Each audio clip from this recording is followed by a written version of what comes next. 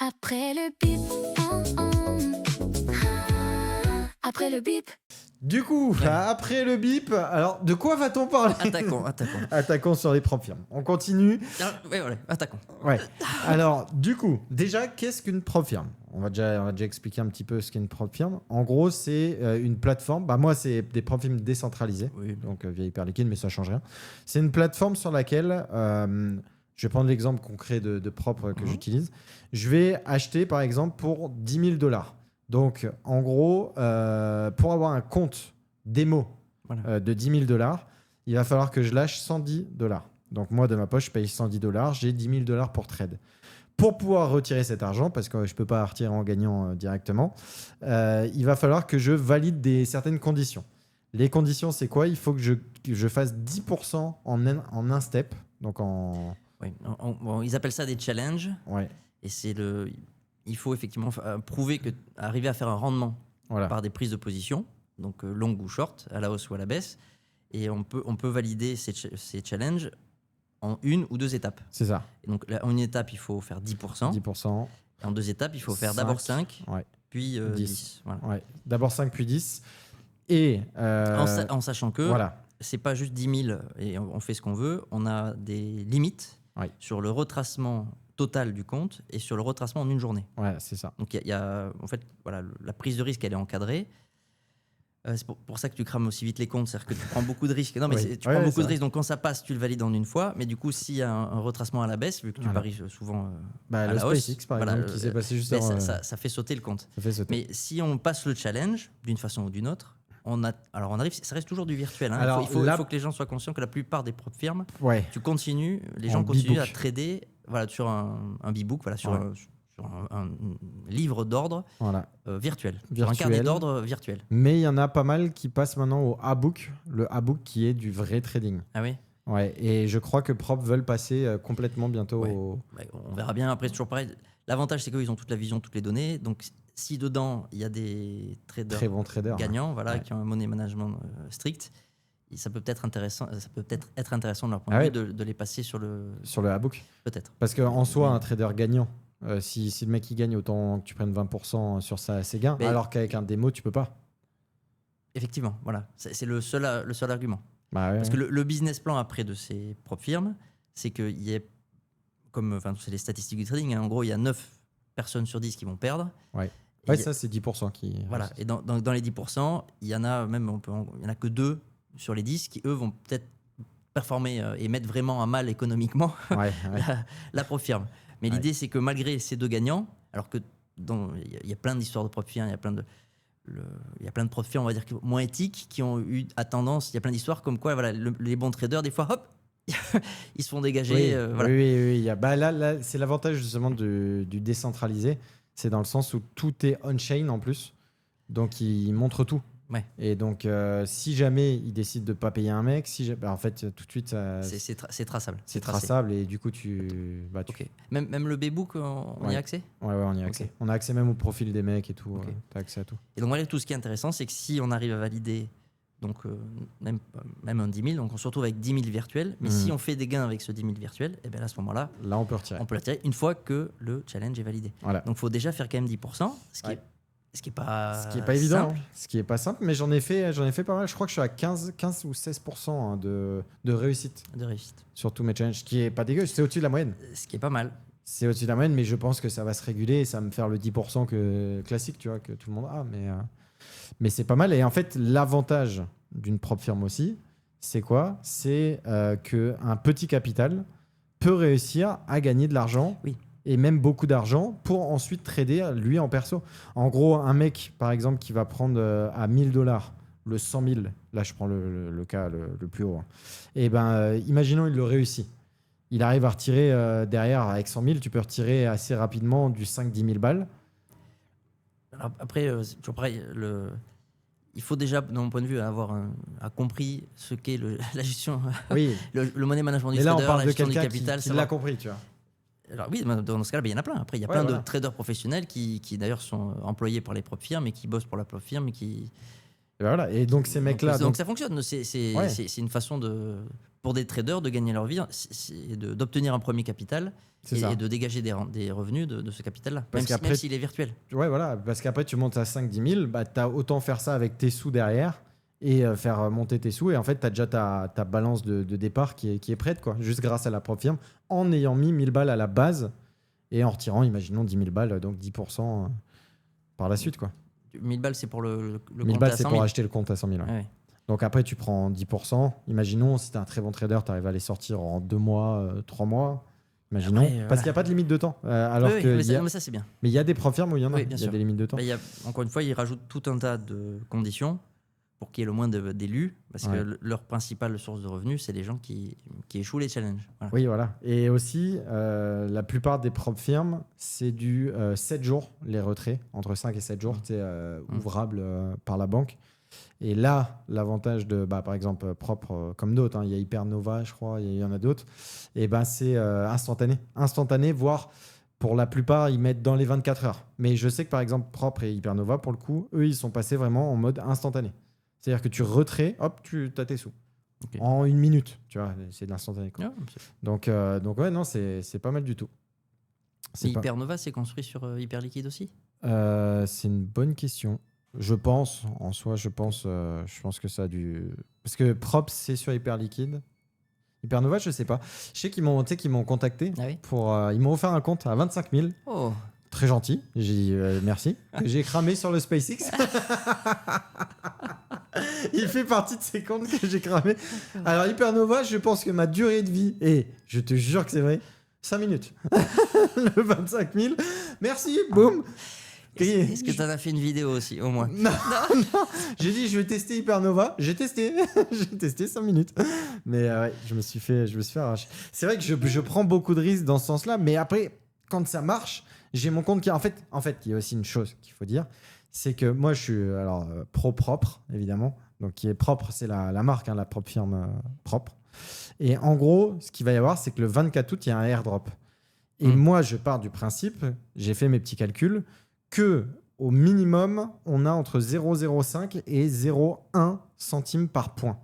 Chose qu'il faut savoir, c'est quand tu achètes par exemple un $60 qui te donne 5 000 $ à trader, et tu dépenses $60, et eux ils te donnent pour $1 dépensé 10 points, ce qui te fait 600 points.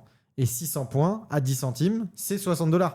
Donc moi je pars du principe que au pire des cas... C'est ton hypothèse. C'est mon hypothèse, ouais, bien sûr. Et puis c'est pas un conseil en investissement. Voilà, et rien tu du n'as tout. aucune information. Et j'ai aucune information. Voilà. Mais je pars du principe, moi dans ma tête, Oui. que du coup, Explique-nous même ton si je le principe. crame et que je le perds, il va m'être remboursé le 24 août. Peut-être. Peut-être. Mais moi, je pars du principe que oui.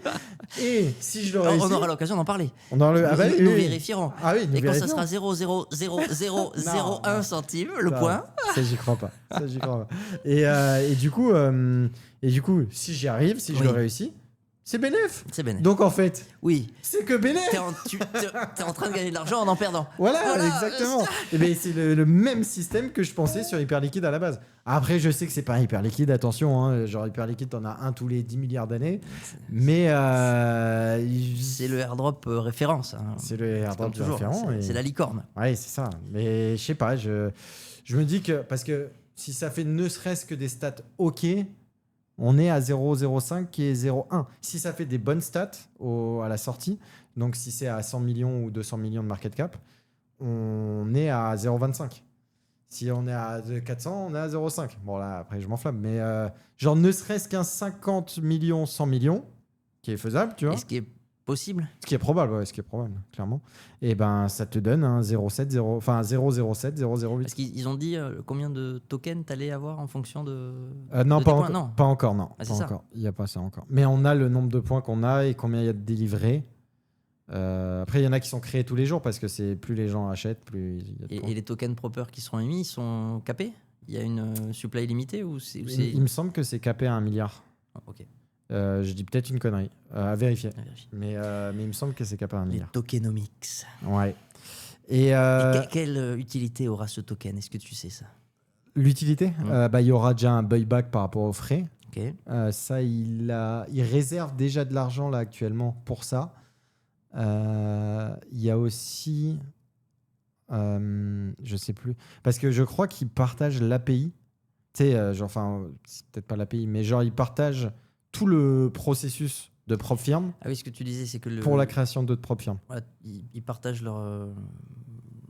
Leur système. leur code ou leur voilà, c'est Ouais, ça, leur système. En gros, pour si toi répliquer, demain tu veux ouvrir une propre firme qui s'appelle Laurent Propre, et ben Laurent Propre peut passer par tout le code, etc. de Propre. Et en gros, bah, tu leur achètes ou tu leur loues, je crois. Je sais plus pas exactement le système. Mais du coup, ça, ce sera potentiellement avec leurs jetons par la suite, quoi. Donc ça pourrait être pas mal.